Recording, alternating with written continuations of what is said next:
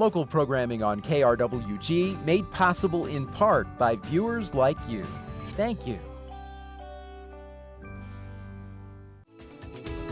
This is KRWG, TV, radio, online, news that matters. Now, across the Mesilla Valley and the borderland, the stories that shape our community. From the KRWG Broadcast Center at New Mexico State University, this is Newsmakers. Thanks for joining us on this special edition of Newsmakers. This week we focus on the arts. Coming up, we'll profile two artists and an author. But we begin with a local legend who's an artist, musician, cartoonist, and as you can imagine, a fascinating person. Christian Valle spent some time with Bob Diven for our series, Living Here.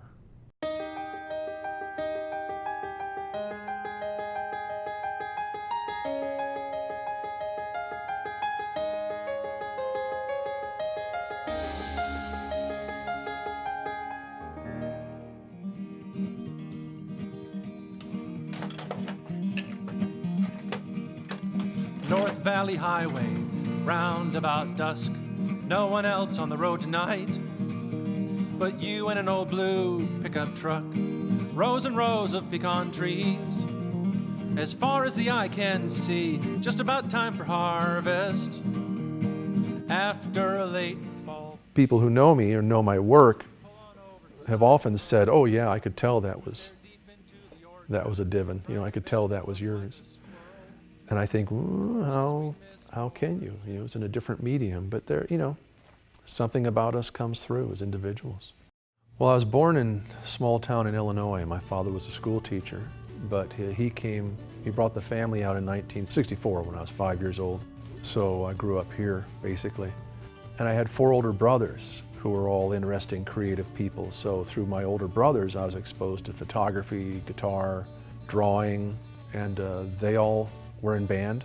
They all learned to play an instrument, so I learned to play an instrument. Having that kind of family, I think, is what introduced me to the possibilities, that these sorts of things were possible. Over the years, I've had opportunity to then explore the other talents. So sequentially, I was able to go from drawing into painting, and from painting to writing and photography, and then music and songwriting, and then sculpture, and then think mostly in terms of the variety of things I do at a professional level. And that's just been the byproduct of trying to accept the responsibility for my gifts, you know. I did my first show on the Las Cruces Community Theater stage when I was in 7th grade, I think.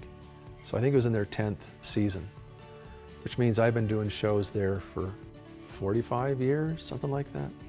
Played leads and I played little parts and all that stuff. Most notable past projects, I think Magellan the Dragon at the Renaissance Fair. You know, Celebrate, the bus stop down in front of City Hall. Wall Street, this show I did in Pennsylvania at a gallery, the Laurie Dagenstein Gallery, where they'd seen my street art and had me come in and do this temporary art installation where I just used pastels and chalks and created all these temporary paintings over about 240 feet of linear space on this gallery wall. I just took over the gallery, spent about 2 weeks doing it. And then it was up for a month and then they washed it all off. It was really cool. People know me for the rat catcher. God, you know, I've been involved with that Renaissance Fair for probably 25, 28 years, I don't know. And one year I was the king. They made me the king, you know, and Sherry White was the queen. She's still the queen. And so I made an outfit and I was the king, and just being the king just didn't suit me. It wasn't very satisfying. It was kind of stuffy and, you know, it wasn't much fun. And I sort of went the opposite direction. The next year I just got this inspiration of, what about a rat catcher? And so I made this ragged peasant costume and I sewed a bunch of dead rats on a stick and went around as this character. And it was like my world had turned around. Something about that character made people feel, they made people laugh, made people feel open to come up and approach me. And then the next year, I think I did that 2 years, and then I got the idea for the Ratapult. And that evolved over a couple of years until eventually this whole Rat Catcher Robert show evolved. And now I've been doing that for, I don't know, 15 years, been doing that show. I've been doing the Sunday editorial cartoon for the Sun News, Las Cruces Sun News, for 11 years now, 11 and a half years.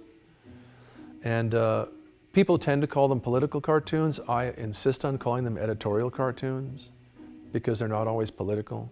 You know, it took me a month or 2 or 3 or 6 to kind of figure out what my style was going to be, because I had to develop a style that was appropriate to the thing, because you don't want to be spending 6 hours drawing an editorial cartoon.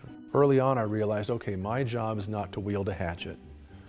My job is more to shine a flashlight. Just say, oh, look, this subject, this issue deserves your attention.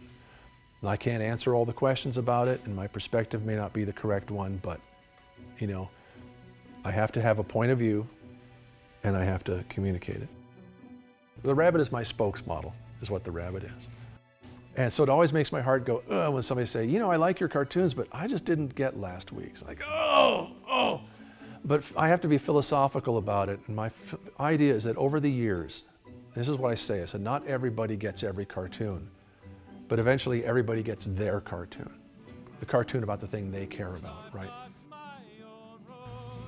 The best place is either my website, bobdiven.com, or I have a Facebook page, Bob Diven Artist, and there's samples of my work there, and I tend to sort of, you know, mention whatever the latest project was. Find a good school, and don't be afraid that they're going to turn you into something you don't want to be. You know, when you're starting out, don't be afraid to try to imitate somebody else. You are not going to turn into Norman Rockwell if you try to paint a Norman Rockwell. It's impossible. So give yourself the benefit of some good training. And don't worry, you know, you will find your voice. It's a wonderful thing to be able to create things that didn't exist before. It's not bad.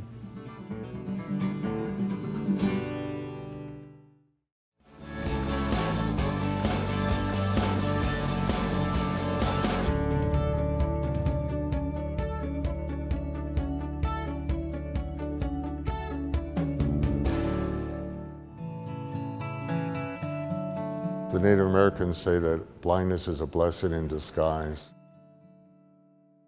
And I think that's true. It can crush you and defeat you, but you kind of have to meet it, greet it, and defeat it. I've lived a tragic, magnificent life altogether. You know, going blind at 15, my mom raised me, I didn't have a father. Went through college when nobody went to school, being handicapped. I was one of the first blind people ever to come to New Mexico State before there was, you know, talking computers and speech systems for the blind. Actually, I've been painting all my life, but went full-time about 25 years ago. So the art is a therapy for me. Without my books that I write and my art, I just don't know what I would do. Sit home, watch TV, I guess, you know. It's definitely abstract. I see things in dreams in color, and I sketch it like the next day or 2 days later. And I use a lot of finger painting, very little brush strokes. So my paintings are very large and full of bright colors. And I like circles, and I like mountains, so I make, you know, like a sun, a circle from a coffee can. It's pretty cool. And I use mountains for my kids, Maria and Michael. I use the letters M and M for the mountains. I got a phone call from New Mexico State, and they said, are you going to be around for homecoming? You won the 2014 Distinguished Alumni Award. So Danny invited me to his press box. You know, on the phone, people Google my art. And he was talking about how he loved art. He wanted to get together with me and buy some art and put it up on all the blank walls in New Mexico State. So I've donated 5 paintings so far to New Mexico State, but these 2 that we're gonna show today are in memory of Danny. And, you know, I don't know him well, but that conversation I had with him and a couple afterwards, he was a very nice man. He was a patron of the arts, and he was just very interested in my life story and my struggle. You know, here we are 3 years later, but that's okay. Very abstract. You're not going to see Native American dancers. You're not going to see Danny, kicking the football, but they are bright colors, and that's how my mind's eye sees it. I cannot realistically paint Danny or a place kicker or a Native American dancing. So I'd pick out the colors and the motions, and both paintings have a lot of motion in it. If you want to learn more about my life story, you can go to georgemendoza.com.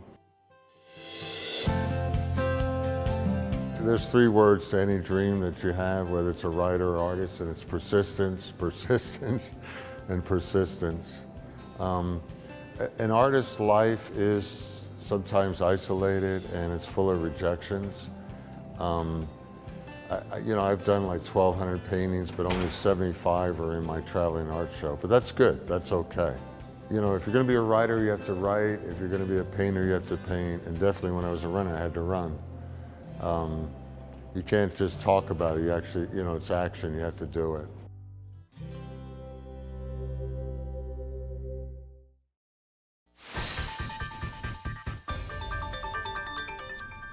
Hello and welcome to In Focus. I'm Anthony Moreno. Today we talk about a new book called The Final Mission, Preserving NASA's Apollo Sites, which highlights space archaeology and heritage.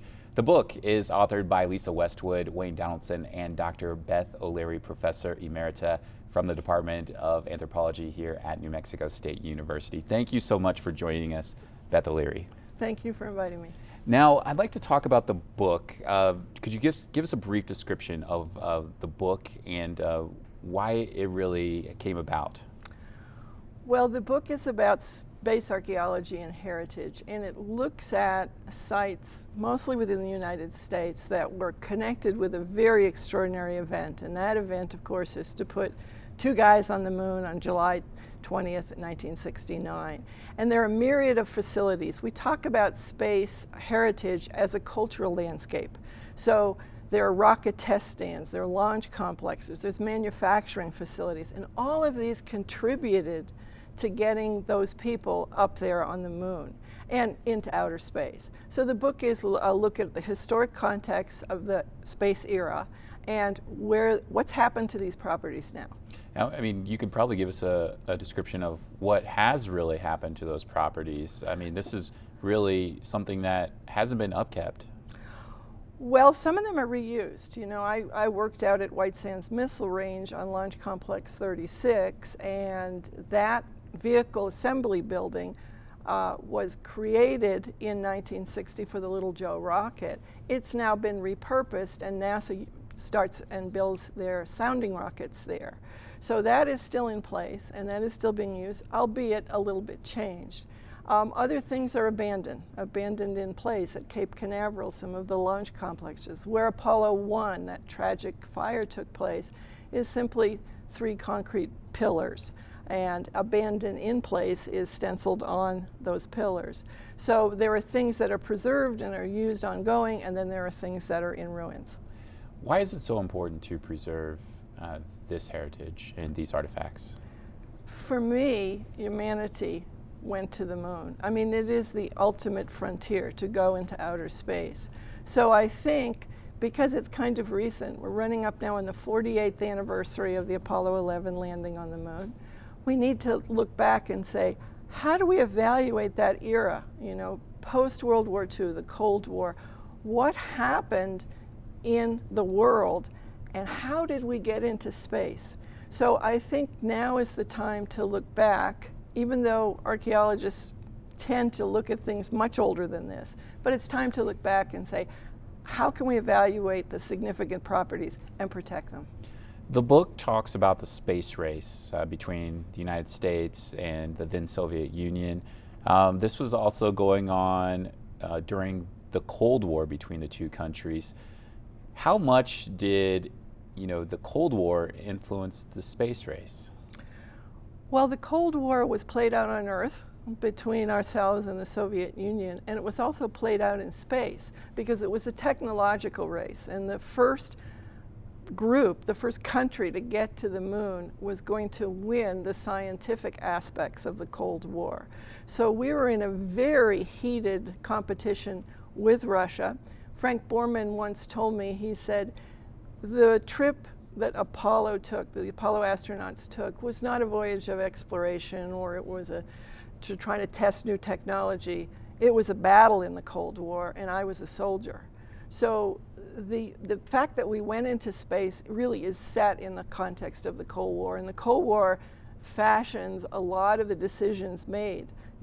8 went very early because they thought the Russians are going to be first on the moon. They were first in everything else. Sputnik, first woman, first astronaut. So really it was part of the Cold War history. Now, that history, was really felt when the then Soviet Union was able to launch Sputnik into the air. You talked about that in the book some. Could you really describe to us, the impact that had on the United States at that time? Well, it was a competition in the International Geophysical Year in 1957-58 to launch a satellite into Earth's orbit, and we competed mightily. There were many different teams, but the USSR and us were the big ones. When the Russians got there first and Sputnik went up, people were amazed. It was an amazing technological achievement, but also it signaled now we have a presence outside the Earth, and people were very afraid. People were afraid that space would become a place for weaponry and space would become a place for war. So it was a very trying time, and we didn't get up there really until Explorer 1 and then later Vanguard, which is still up there. Yeah, the Vanguard is expected to be up there for many years to come. How many? 600 to 2,000 years. So that's a long curation time. So yeah, it's still up there. It even has its own website that tracks it. Oh, wow. There's so much history, displayed in this book, but also history that connects New Mexico to the space race. Could you share with us about how New Mexico has contributed to the space race? Well, there are a lot of ways that New Mexico contributed. Let me just mention a couple. One is Colonel John Stapp at Holloman Air Force Base, the fastest man on Earth, who rode a rocket sled over 600 miles an hour to test the G-force on astronauts. And his ability to withstand that and the equipment that was developed in order to allow him to do that, and a 10-mile track at Holloman, is New Mexico's contribution. Colonel Joe Kittinger jumped over the Tularosa Basin in 1960, 19.5 miles above the surface of the Earth to test the parachutes. So these two guys and these two experiments really helped people get into space and helped the astronauts survive in space during the space race. And there's also a connection between the Apollo Tranquility site and New Mexico. Could you share with us a little bit about what that is? Right. Well, the New Mexico Museum of Space History has a plaque, and on it are the coordinates of the Space Museum in New Mexico, and they are linked to the coordinates on the Apollo 11 site on the moon. So it's the first registered space heritage site. Also in 2010, working with my students here in anthropology in a grad seminar, we nominated it to the State Register of Cultural Properties. So the Tranquility Base site is now on the New Mexico Register of Cultural Properties because of our connections and our history in developing all of the spacecraft and the rockets that put those guys there.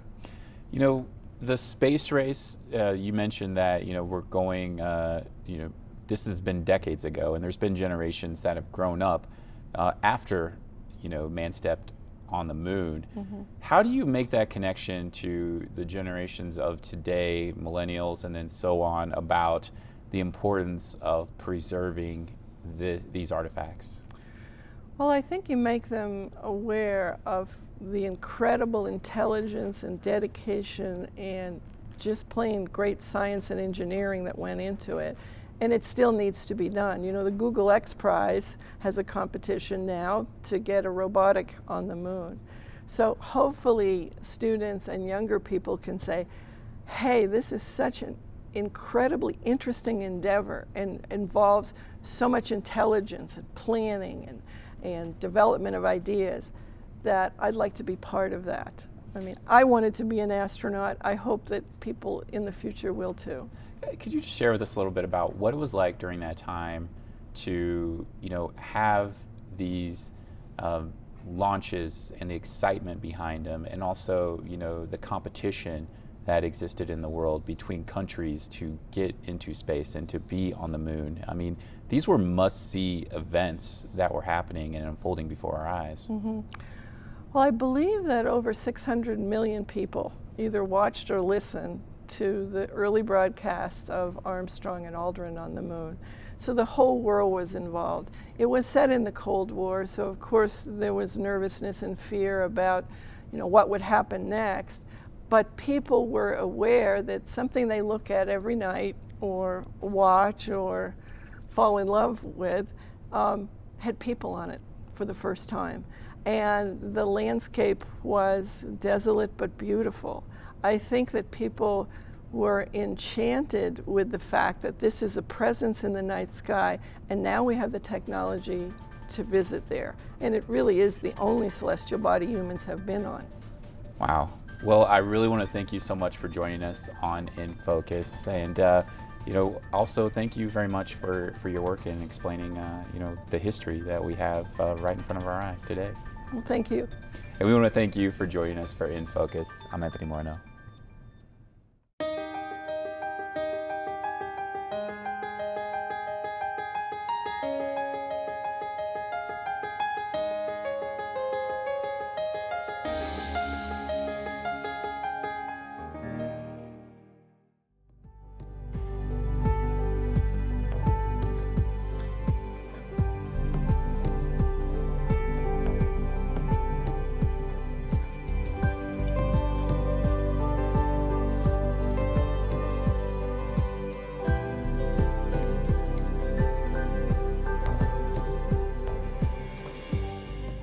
We got tired of snow in Colorado, and northern New Mexico wasn't quite warm enough, so we decided to come farther south. When I came to Las Cruces, we drove through miles and miles of desert, and then all of a sudden you come to this beautiful farm valley. So I felt very much at home, having grown up on a farm. And it was just beautiful with the mountains in the background. The Oregon mountains are fantastic. The light in New Mexico is clear, and the mountains are sharp and bright, and it makes the colors intense. It's just a magical place. I think that being an artist lets you see the world in a different way. You see things that other people may not notice. You look for shapes and colors and beauty in places that other people may be too busy to notice. Being an artist is great for is sharing that with other people, to say, stop a second, stop in your busy life and look at how beautiful this is. Look at what's out there. This time of year in the valley is so fantastic with the chili harvest going on and the smell of green chili. There's nothing like green chili roasting. It's the best. For painting, I prefer painting red. For eating, I prefer green on most, but on enchiladas, I'll take red. I usually work from dark to light, laying in a lot of the shadows and texture in the shadows, but letting the shadows stay really glowing and transparent in those areas, not covering everything up with paint. And then after I get that laid in, it's hard to see when it's at this stage. There's so much dark, but eventually more and more light will be built on top of it. I use a few brushes in some parts, but almost all of my painting is done with a palette knife. So what that does is let me get a big, thick part of paint and drop it onto the canvas. And it also has some of that watercolor effect of what they call happy accidents, where things will blend in different ways or mix next to each other that are kind of a surprise. It just is something that happens. It's really exciting. And I like to leave some things up to people's imagination. I'll put little marks in there that are hints of chilies, but I don't want to make every individual chili and have somebody have it all done for them. I want the viewer to have a chance to go in and say, oh, discover things. So, oh, I didn't see that before. There's something hidden in there. We go to the grocery store and get our food and don't even think about where it comes from. So this is a way for me to honor that work. I've always loved painting people. I generally don't paint the faces on the chili field workers, and there are a few reasons for that. To most of us, they are faceless. They're out there working and we almost don't see them part of the time. People who have had their families working in the fields really connect. They'll say, wow, that looks just like my grandfather, or that looks like my mom. And if I put a portrait face on, then that connection can be lost. So I think it's kind of neat that they like that. They see that I'm trying to honor the people working there, and it reminds them of something in their heritage.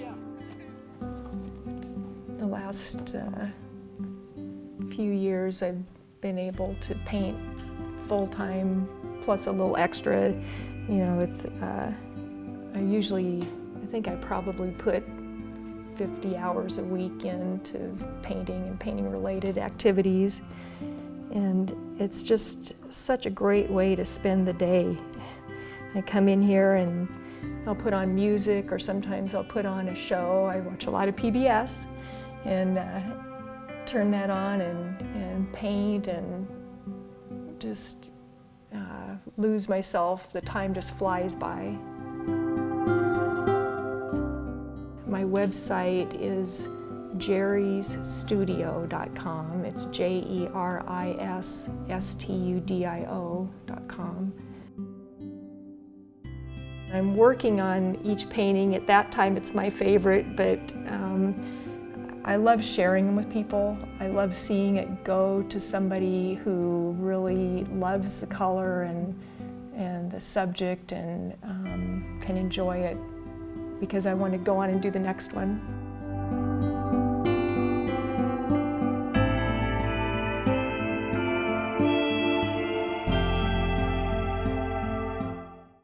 That's our time for now. Join us this week on KRWG Radio. Every weekday, it's Morning Edition, 5 to 9, Fresh Air at 11, followed by Here and Now, noon to 2, and All Things Considered, 4 to 7.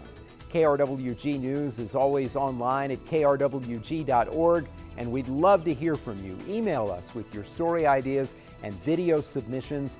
The address is feedback@nmsu.edu.